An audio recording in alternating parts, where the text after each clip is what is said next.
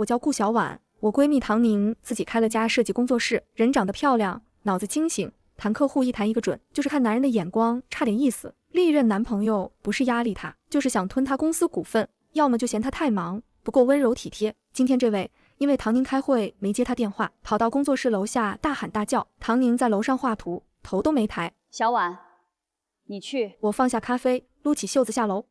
10分钟后，男人灰溜溜走了。唐宁问我怎么处理的，我说没动手。我只是告诉他，再闹，我就把他上次出轨的证据群发出去。唐宁愣了2秒，你怎么有他出轨的证据？我嘿嘿一笑，一副终于等到你的表情。你每一任演好，我都见了渣男档案，有备无患。我和唐宁打小一块长大，她从小就是那种别人家的孩子，成绩好，长得好看，画什么像什么，但她命里带桃花，还是烂的。初中情书塞满抽屉，高中男生堵她家门口，大学更离谱，有个学长追不到她就到处造谣，说她靠关系拿奖学金。那是我第一次替她出头，查证据，列时间线，直接告到系主任办公室。后来唐宁问我，你不怕得罪人？怕什么？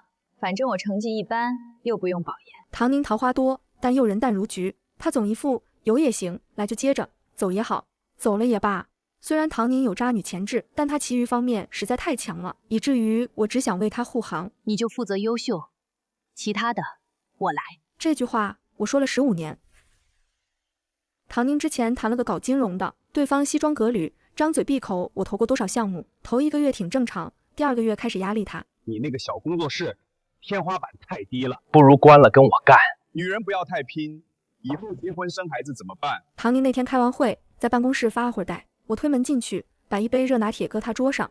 这人不行，我给你分了。你分？我拿起他手机，点开那个男人的头像，按住语音键。你好，我是唐宁的闺蜜兼合伙人金皮革。你与他的战略方向存在重大分歧，不适合继续合作。分手协议稍后发你邮箱，即日起收谁？然后拉黑、删除一条龙。唐宁看着我的操作，半天憋出一句：“你比我做事效率高。”分手2天后，那个金融男来工作室堵门，西装没换，但脸色不太好看，说要找唐宁当面谈谈。前台小姑娘吓住了，给我发消息，我让她把电话给那人。唐总在见客户，不方便，有什么事你跟我说，我全权代理。你谁呀你？我是他首席风险控制官，专门负责止损。我翻看手机备忘录，找到专属于金融男的那一条，对着电话将他业内黑历史挨个报了个遍。上一个来闹事的，后来在行业群里出了名。现在还没找到新工作，你想试试？电话那头沉默了3秒，挂了。我从窗前看见他钻进出租车走了，顺手把这件事记进手机备忘录。标题：渣男档案第7号，已处理，建议全行业通报。唐宁的工作室最近在谈一个大客户，对方是一家新消费品牌，预算不低，对接人是品牌总监，男的，30出头。第一次见面他就夸唐宁有气质，我当时就警觉了，主动加了对方微信，说我是唐宁的商务助理。第2次开会，他问唐宁能不能单独约个饭，说聊点不那么正式的创意。唐宁刚要开口，我在桌子底下踢了他一脚。可以的，我们唐总最近刚好想办一个小型设计沙龙，你有兴趣可以一起策划。参会人员暂定20人，场地 AA。您看预算方便吗？对方笑容凝固，之后再没提过单独约饭。唐宁后来问我，万一人家真是聊创意呢？聊创意不能在公司聊，不能带奏椅聊啊，不能开视频会议聊，非要单独吃饭聊。有道理，还抠抠搜搜。唐宁后来被一个文艺男缠上，搞摄影的，长头发，说话慢条斯理，一开始挺浪漫，每天接送上下班，给唐宁拍好看的照片。你今天穿这身去见客户太正式了，显得不亲和。那个假包一看就没审美，你别接他的单了。最离谱的是，他趁唐宁出差，跑到工作室里跟设计师说唐宁要改方案，设计师还真信了，改了一整夜。唐宁回来一看，脸都绿了，那是明天要交的终稿，而他只是单纯不喜欢那一稿设计的颜色。我当天晚上找到那个摄影师，在楼下的咖啡馆。2件事：第一，工作室的损失你赔；第2，分手。你有什么资格替他分手？我是她15年闺蜜，跟他接触的异性每一任，我都有一票否决权。你被否决了。文艺摄影师被否决后不甘心，开始在网上发帖，说某设计工作室女老板靠闺蜜排挤合作伙伴，独断专行，含沙射影，写了长篇小作文，工作室的设计师们看了都气炸了。这也太不要脸了！组队去评论区兑现。别去，去了就是给他送流量。我花了半天时间，把他之前给唐宁拍的照片找出来，那些修过图的照片和原片做了个对比图。我登录工作室官方账号，发了条动态。我方始终坚持原创设计，从不修图过度美化。附图是某摄影师给到公司的精修图与原片对比，供大家鉴赏。评论区瞬间变成摄影翻车大赛，他删帖删得比谁都快。唐宁刷到这条动态，笑出了声。你什么时候学的一箭双雕？跟你学的，工作室流量也涨了，趁热打铁。有一阵子唐宁特别忙，连轴转了1个多月，瘦了1圈。他妈急得不行，开始给他张罗相亲。周末硬拉着他去见了一个海归建筑师，据说家里条件不错，人也稳重。唐宁拗不过他妈，拉我一起去。这不太好吧？你是我的专业顾问，必须到场。相亲现场，海归男滔滔不绝讲了40分钟，都是些自己的留学经历、获奖作品，对建筑行业的深刻见解。唐宁全程礼貌微笑，我在旁边默默喝咖啡。终于他说完了，将话题抛给了唐宁。沈小姐是做设计的，设计挺简单的吧？唐宁的笑容收了一瞬，我放下咖啡杯，语气温和的开口。确实没法比，不像你们压力大。他了直接人生重启。相亲结束后，唐宁他妈问怎么样，他不适合，小婉说的。唐宁的前任中有一个最让我警惕，他大学时谈过的学长叫霍琛，当时分手的理由是性格不合，但我一直觉得这人不对。毕业多年后，他突然冒了出来，说手头有个大项目想拉他一起做。唐宁有点犹豫，毕竟霍琛现在在业内确实有些资源。我说我先去探探路。我以唐宁合伙人的身份赴约，霍琛见到我，笑容明显顿了一下。没想到你还跟着唐莹，挺能阴魂不散啊。说正事吧，你的项目方案我看看。他支支吾吾说方案还在完善，先把合作协议签了再说。我翻开协议一看，股权分配那页，唐宁的工作室只能占15%。我合上文件，站起来。你当年追他的时候就爱画大饼，这么多年手艺倒是没丢，挺专情啊。霍琛的事我没跟唐宁细说，只说条件不合适，推了，但他还是知道了。霍琛转头就在校友群里阴阳怪气，说唐宁闺蜜当权，鼠目寸光，错过好机会。唐宁给我看截图的时候，脸色不太好看，不是气霍琛，是气我没告诉他实情。小婉，以后这种事儿你要跟我说，我们是搭档，不是你一个人在前面挡子弹。我有点心虚，嘴上还在硬撑。我挡了10几年了，习惯了，你安心干你的。他放下手机，认认真真看着我。以前在学校，你替我挡桃花，挡谣言，我谢谢你。但现在，我们是一起做事的人，你再这样一个人扛，就是不把我当战友。沉默了一会儿，我开口：行，那下回一起骂，少不了你的爽。唐宁终于遇到了一个看起来靠谱的人，叫许度，做品牌策划，同行。两人在一个行业论坛上认识，他回来跟我说，聊了一下午，没一句越界的话。又是3人局，你这什么癖好？不是，这回是让你把关，你说行，我再往下走。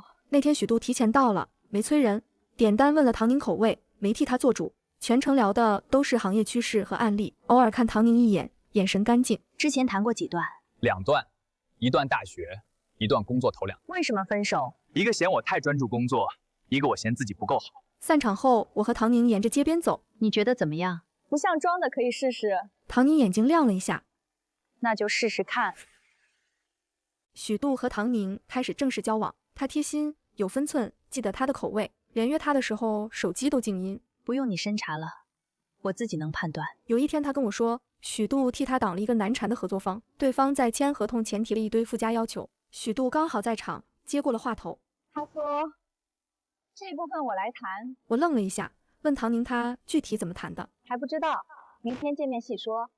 我心里有点说不出的感觉。以前都是你去挡，现在有人替你挡了。第二天我跟着去听了那场会，合作方是个中年男人，说话油滑，一直在绕。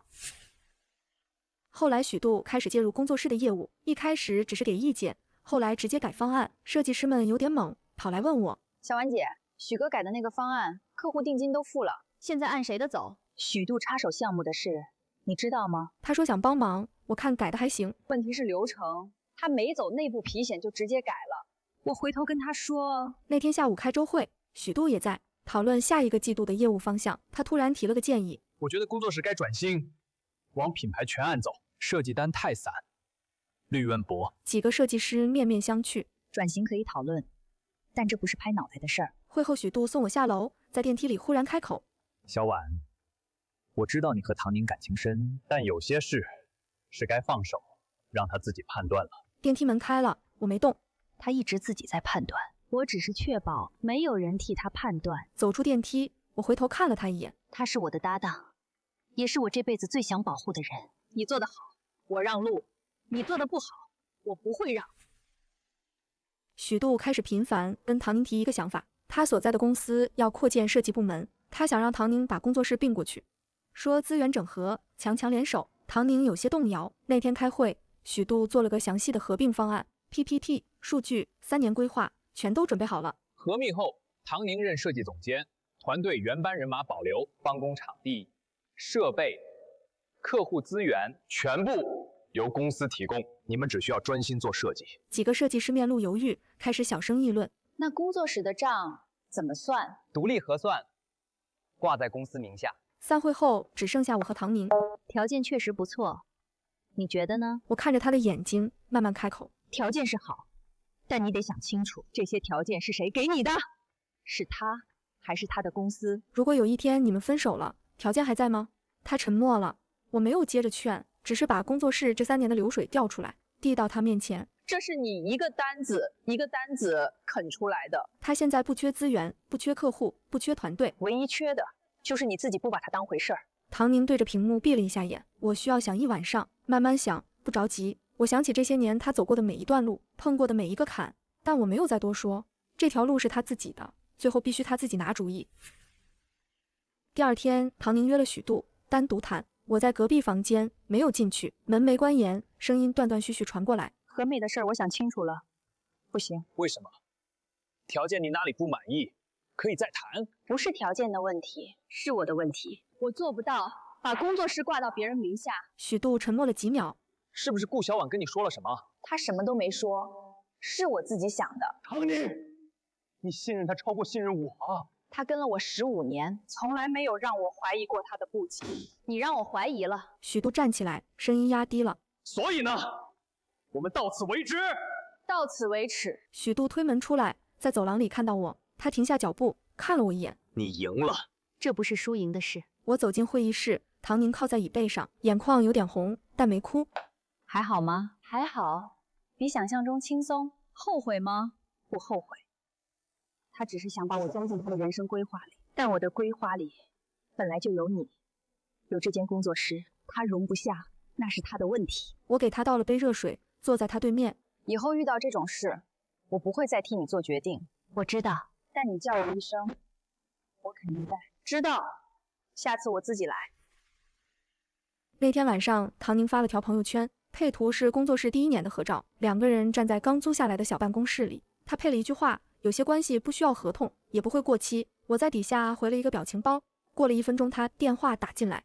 还没睡？等你打的这个电话，就知道你没睡。小婉，我觉得我以后还会遇到靠谱的人吗？会的。你怎么这么确定？因为你已经学会先问自己敢不敢信了。电话那头安静了几秒。谢谢你，这么多年一直在。客气什么？又不是1年2年的事儿。挂了电话，我坐在窗前看着外面的灯。这些年他身边来的人走的人，我都见过。我没有拦过任何一个真心的人，也没有放过任何一个不真心的人。有人问我为什么，我想起很多年前那个下午，他拉着我去小卖部，分我一瓶汽水，说我保护你。后来是我一直在保护他，也许从一开始我们就是彼此的保护者。他走得比我慢一点，我只是走得比他早一点而已。